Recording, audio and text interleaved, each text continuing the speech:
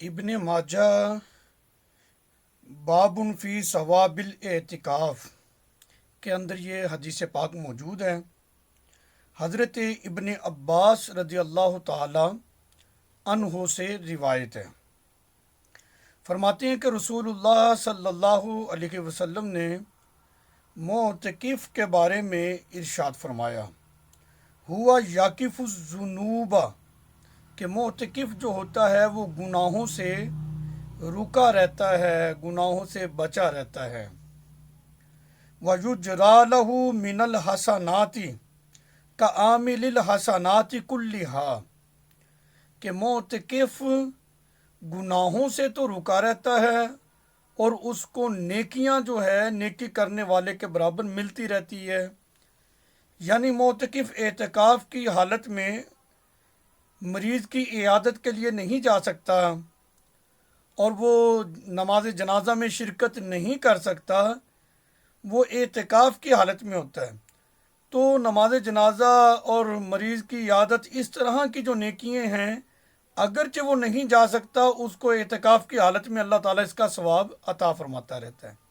مطلب یہ ہے کہ اعتکاف کا فائدہ یہ ہے کہ گناہوں سے انسان رکتا ہے اور نیکیاں جو ہیں اللہ تعالیٰ اس کو مفت میں عطا کرتا رہتا ہے۔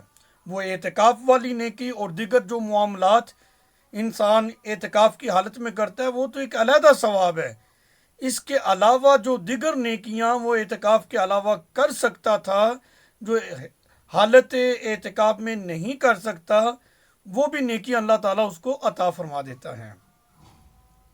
در منصور میں یہ روایت موجود ہے، اس کو بھی حضرت ابن عباس رضی اللہ تعالی عنہ نے روایت کیا ہے کہ نبی کریم علیہ الصلوۃ والسلام نے ارشاد فرمایا کہ جو شخص اللہ کی رضا کے لیے ایک دن کا اعتکاف کرتا ہے، اللہ تعالیٰ اس معتکف اور جہنم کے درمیان تین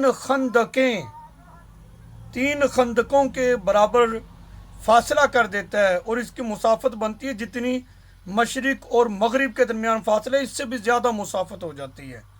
مطلب یہ ہے کہ اعتکاف کی صورت میں اللہ تعالیٰ جو ہے معتکف کو جہنم کی آگ سے دور کر دیتا ہے اور جہنم کو اس سے دور کر دیتا ہے۔